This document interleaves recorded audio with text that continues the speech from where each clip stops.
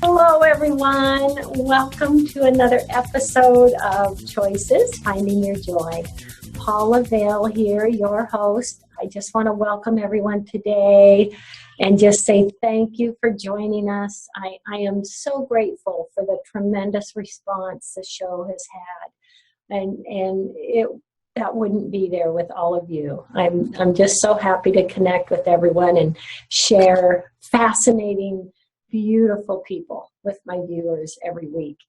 And speaking of beautiful, I am so happy to share with everyone today Acharya Shunya, just an amazing woman. She is one of the extraordinary teachers of the living embodied wisdom of Ayurveda. She is the author of an amazing book, Ayurveda Lifestyle Wisdom. I just absolutely fell in love with the book. I interviewed her on my Why Am I So Happy radio show, and of course had to also present her here on WBTBN. Shunya, welcome, honey, welcome. Thank you. Such a pleasure to be with you again, Paula. Oh, thank you. And it's just so fun to see your face. I love it. I love it. Well, if you'd like to begin and just share with everyone a bit of your history and tell us, and then, for those that have not heard of Ayurveda, tell us what that is. Let me begin with the second question about what is Ayurveda. So for those of you who've not heard about it, I just want to say it comes from ancient land of India. It's about 5,000 years old, and Ayurveda is a system of health and healing, and it teaches us how to live. The word Ayurveda literally means a perennial wisdom of life. So how to sleep, how to eat, how to exercise, how to make love, how to love our body every day, how to connect with nature. This kind of deep, profound, and really relevant wisdom is contained in this body of spiritual and divine teachings. And I am a teacher of Ayurveda.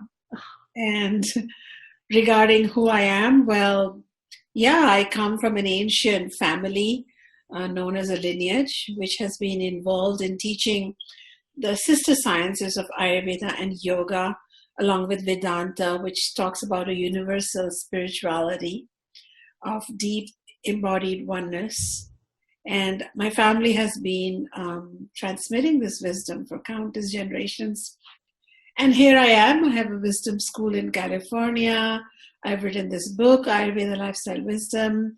And for the last 3 decades almost, Paula, I have been just passionately involved in changing lives. Oh, I love it. I love it. Oh, share with us, a few examples of what we can do in our lives and the changes we can make when we bring this new wisdom into our lives. Well, I'd love to begin with first sharing my own story, if I may, Paula. Wonderful. I started experiencing pain in my buttock area when I was in my early teens, and I wondered why. And I couldn't walk for a while there. It was really painful to walk. And I was one day feeling really miserable and sorry for myself. And my immediate teacher, who happens to be my grandfather, stroked my hair and said, "Can't walk?" I said, "Why not fly?" And what he meant was, don't focus on what you want to overcome. Focus on what you want to become. Oh. And this teaching helped me because I had been learning about Ayurveda intellectually until then, but I really started implementing it. So I would start applying warm sesame oil on my body before I took a shower. I would eat certain foods which were anti-inflammatory, and they've been known to be that for thousands of years in very delicious, beautiful recipes. I would, drink hot water, which helps improve our metabolism and help me fight pain. So very simple things. I started implementing them in my life with a renewed vigor because I wanted wings. Yes. I didn't want crutches. And I'd like to tell you that I walk, I run. I turned 50 a few weeks ago, and I don't feel like in any way limited. Yes. And this same approach, a very simple application of Ayurveda's lifestyle wisdom tips in our daily life, make a huge difference. So I have the case of one of my students, Brittany Barrett. She was 22. She met me when she was taking on 18 prescription drugs for ulcerative colitis. Every time she went to the bathroom, there'd be blood. She was going, 10 to 12 times a day. When she met me at a retreat I was leading. There was no time to really talk to her or, understand her deep situation, but she was in pain. And as a healer, I couldn't just walk away. So literally, we were sitting across a dining table in the dining area of the retreat, and she was handed 5 tips to do, written on a piece of napkin. One of them included give flowers to yourself every day, meditate every day, drink a special buttermilk recipe or a yogurt smoothie recipe made with 1 part yogurt, 4 parts water, and a couple of Ayurvedic spices added to it. Not eat too many fermented and processed foods. And I don't remember what exactly the 5th thing was, but something simple. Mm-hmm. And with these 5 tips, she was on the go because she had nowhere else to go. She had been told this is an immunological condition, you cannot be healed. And within a few weeks, her bowels reduced to 4 to 5. A year later, she got off an antidepressant that she was taking till age 16. She's fully healed. She's off of every drug possible, and she herself has become a teacher and a practitioner of Ayurveda in her own right because she felt so indebted to this science. So I have countless such stories of very simple cherry picking, if I may say so, yes. Taking this knowledge, this profound ocean of knowledge and applying it to our lives. And it works every time. Much later, coming back to my story, I too was diagnosed in a modern facility with having a genetic aberration, an immunological condition. People with my condition live in wheelchairs or have multiple surgeries or have to take narcotics and even marijuana to deal with pain. Yes. And I just want to tell you that all is well. Yes, yes. And doesn't that tell us what we can do for ourselves with this wisdom and doing that cherry picking and making a few changes, changing our mindset, changing the food we put in our body, meditating. All of those just kind of come together and can do so much, can't they? Yes, especially when we are not trying to create a science as we go. If we can go back to what's known as a perennial wisdom. When you look at the Ayurvedic texts, because I'm a scholar of those ancient classical texts that were, first handed over orally and then they were written, and they've been around for thousands of years too. When you look at those texts, you realize it's a mature science. It's a seasoned science. It has overcome its hypothesis, its initial pains or growth pains, and it has now made verdicts around food, around seasonal lifestyle, a 24-hour lifestyle based on chronobiological rhythms that emerge from the fact that the earth orbits on its own axis, so there's a change in light and dark, and also there is an orbiting over a 12-month period. And all of these rhythms, seasonal and diurnal, they impact all organisms, plants and animals. How can we humans put ourselves in some technology, self-created virtual bubble and pretend that we can have our own rhythms, and rather we live in violation of all rhythms? Yes. So what I noticed was that when we connect with a wisdom versus a technology, which is perennial, which is effective for all living beings, not just human beings, and not just people who look a certain way or worship a different way, but all living beings, then it gives us predictable results, and the results are health.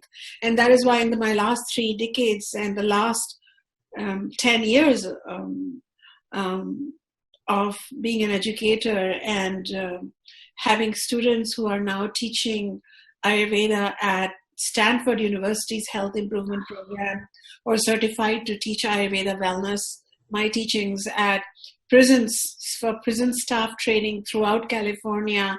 There is something that we can take home and be comfortable with without thinking that the next hypothesis or the next theory is going to say, oops, we have to recall this suggestion because it has caused more damage than good. Whereas in Ayurveda, we can go back and we can rest. And I love that restfulness aspect of Ayurveda. Yes, yes. Well, I know personally how much I enjoyed the book, and I got so much out of reading that book. And then I've shared it with friends, and it is. And it's just on so many levels, isn't it, these changes? Emotionally and mindset and physically. And, this wisdom, this work really, is wonderful everywhere, isn't it? Deeply so. It has really given a purpose to my life because now Ayurveda is beyond just my own benefit. I feel like I'm a trustee of this knowledge, and I feel like I need to bring the secret out and let people know that there is actually a profound way that the ancient seers, these amazing universal beings, had discovered and gifted to humanity. In fact, there is Ayurveda teachings for animals too, for elephants, horses, domesticated animals. Really? Oh, tell me about that. I'm a big animal lover. Really? How does that? What does that entail? Because it's all for all living beings, and we all share the common 5 elements of the earth, the sun, the wind, this air and the space. So we're all composed of the same thing, and we all have feelings and we all have consciousness. So it was, it was the gift of the seers to gift us this profound wisdom. And because it's in an ancient language, because it's bound in ancient texts, because the commentaries or the modern interpretations can sometimes be diluted, I really made it my life purpose to write this, deep and detailed book, which can be a go-to book for everyone. It was like not just a matter of, I have all this information, so I'll write a book. This is my mission. I've seen person after person heal with Ayurveda. I've seen infertile women and men deliver babies. I have cases that I have talked about who people can meet if they came to my school in California, people recovering from multiple sclerosis or blood pressure or depression or chronic weight gain. And it's like Ayurveda works every time, and I don't even have to hold these people. I just have to share with them wisdom. Yes. And then I set them free. And, I'm not talking about my clients per se. I'm talking about people I shared the wisdom with. So then what I did was, Paula, is that I put all this teaching that I share with people one-on-one or in the format of classes or workshops or immersion education into this book. Because I want this knowledge to live beyond me. I need these miracles to happen in every home. And I feel like as a woman, I have this subjective storytelling aspect of me. So as you saw in the book, that it's not just information. I weave it with stories from my own childhood when I was learning this. And it was really fascinating, Paula, and you might understand how it goes. Like, I, the educator, the president of the California Association of Ayurvedic Medicine, a leader in this science, decided to write a book, and boom, jumped my inner child, 9-year-old. And I want to write too. I want to write too because I'm in love with Ayurveda, because it smells good, it tastes good. It's like a Harry Potter school of Ayurveda that I run. So, so we co-authored this book, the authority and the child with wide-eyed wonder. And so I love the book as a result. I read it and I feel like it could be a bedtime reading for children too. Yes. And there is so much wide-eyed excitement in the book, to learn and read about, the different techniques, the different information you give us. It is. You get excited. Yeah, I felt that it was important that along with teaching the philosophy and the psychology behind it and the spirituality that I highlighted, I wanted to make this book a go-to book for people. So, I divided it up into very pragmatic chapters like sleep, sex, exercise, digestion, So I remember this person who has had sleep problems for 25 plus years. She's in her, 70s, and, she's seen it all, been there, done it, kind of jaded and cynical person who happens to be a friend of mine. So I said, here, read it. And so what she did was she just dived into the sleep chapter. Yeah. And she said, I'm going to give myself these 3 teachings from Ayurveda for 1 week and I'll see. And those 3 teachings included, before you go to bed, warm like maybe 2 tablespoons of sesame oil and, self-massage. Maybe even a tablespoon will do for women my age. Massage the soles of your feet and cook a cup of cow milk or almond milk if somebody is lactose intolerant, with spices like saffron, turmeric, and nutmeg, which is a sleep inducer. And thirdly, no matter how bad your sleep is, by 9:45 start dimming the lights, and by 10 you should be flat on the bed. And she's like all cynical, and it's like, yeah, my friend wrote this book, but I'm going to just try this and tell her it doesn't work. That's what, senior friends get to do. They get to size you and shave off your ego a bit. But the thing is, she got knocked out. She was asleep, and she's been sleeping since then. So this is the beauty of Ayurveda. And she thanked me. And I said, my dear, I get thanked a lot. I get a lot of flowers. I get a lot of letters. I get a lot of people supporting my message. But really, I have to thank these seers who gave it to the world. Yeah. And so you mentioned a little massage, self-massage before sleep. So is that just massaging maybe the bottoms of your feet, or? The bottoms of the feet is mandatory, but they also say the outside, the ears, just. And then and kind of close your eyes and, do this. And then just a few drops in the crown of the head, which nobody can tell you're carrying like 3 drops of oil here. But apparently this aspect is really helpful. So is this, but at least the soles of the feet. Even in Chinese medicine, all the meridians run from the soles of the feet up to the brain. And so also in Ayurveda, there's a deep connection between soles of the feet and your sense organs. And so they start inducing a drowsiness. And that milk, nutmeg has a sleep-inducing quality. So I have these sections on ancient spices that are available everywhere. I made sure that anything I talk about can be sourced within our country easily, whether online or at a natural food store or a grocery store. And nutmeg can be, utilized as tiny amounts of it. And turmeric, 7,000 studies have now accumulated in just within the United States around the benefit of turmeric. And this is an ancient Ayurvedic spice which fights cancer, which improves digestion, is the best herb for HIV. But guess what? When you drink it in milk, it does not give you phlegm or bloating. It just makes you sleep at night. So these ancient recipes, which are from my home, and they have been utilized in the Ayurvedic tradition for thousands of years. They are medicinal, they're magical, and they're also delicious. I mean, I have in my school in California, we have all these young children, children of my students and our clients, and we call them the spice milk brigade. They're all growing up on it with, just delicious milk. Yes. I love it. It's fun stuff. It's fun.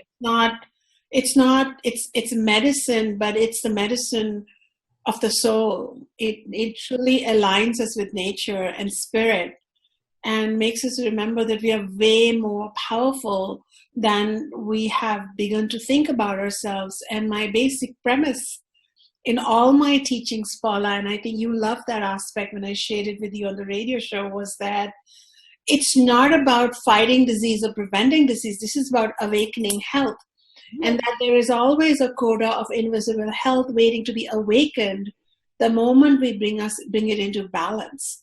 And this is the part that I just love. I just love.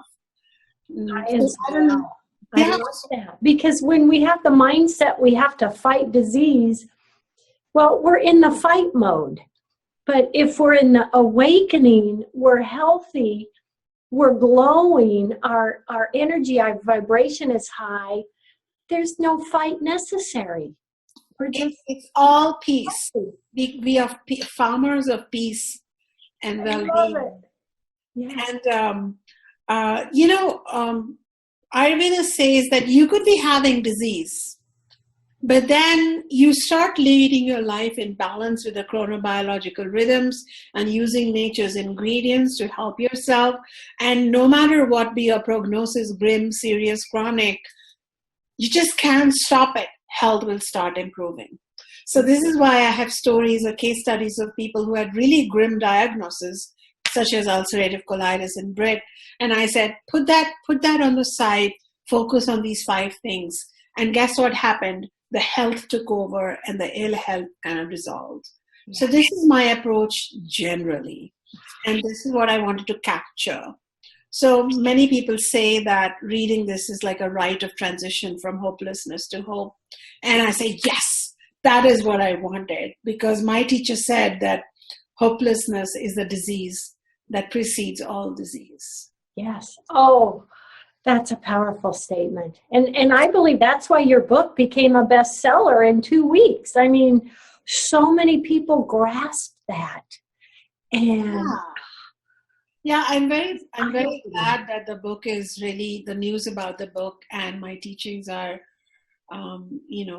being well received, and they are spreading at the grassroots level by one happy person telling another person. And I really believe that a book such as this one, which takes into account our emotions, our feelings, our life, and our complexities here in the United States was missing.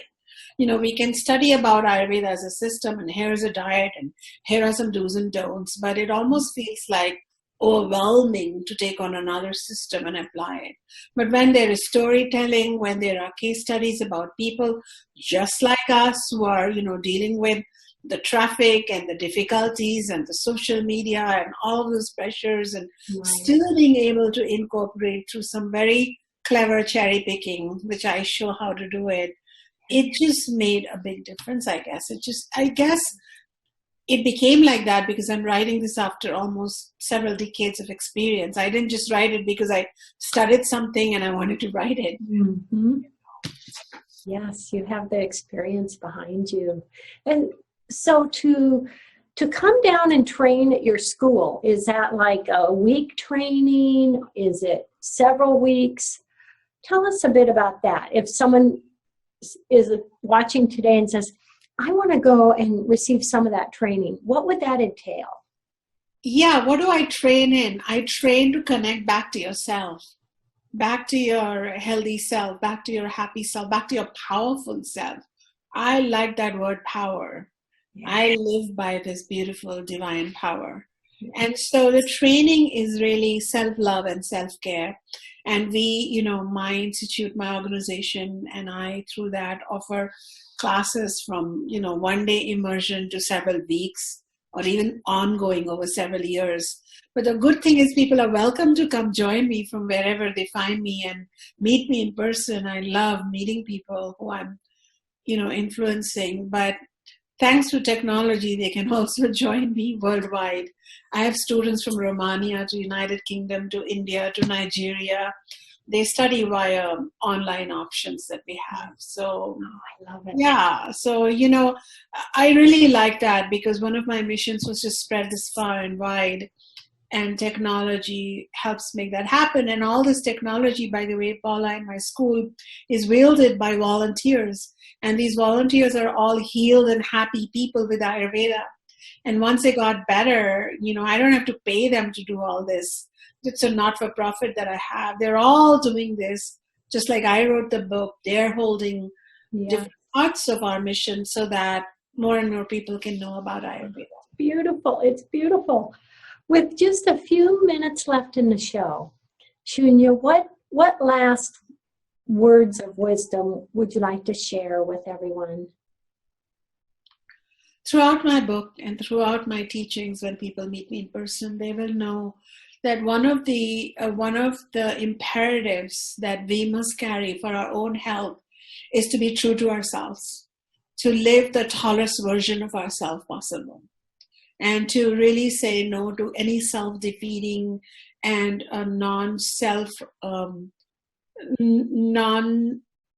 non-positive reinforcements that we give ourselves. I have always felt that we deserve health. Health is our true nature. Health is simpler than it's made out to be. We're not in some costly, terrible war, and every symptom, every diagnosis is not the death knell. No matter where you are, give Mother Nature a chance. And promise to Mother Nature that you're going to love yourself no matter how you look, where you are, and where you've been. It's okay to have few regrets, but why not paint a whole new painting? So I invite everyone to give perennial wisdom of Ayurveda a chance. I may never meet these people, but they will be grateful that they watched this show.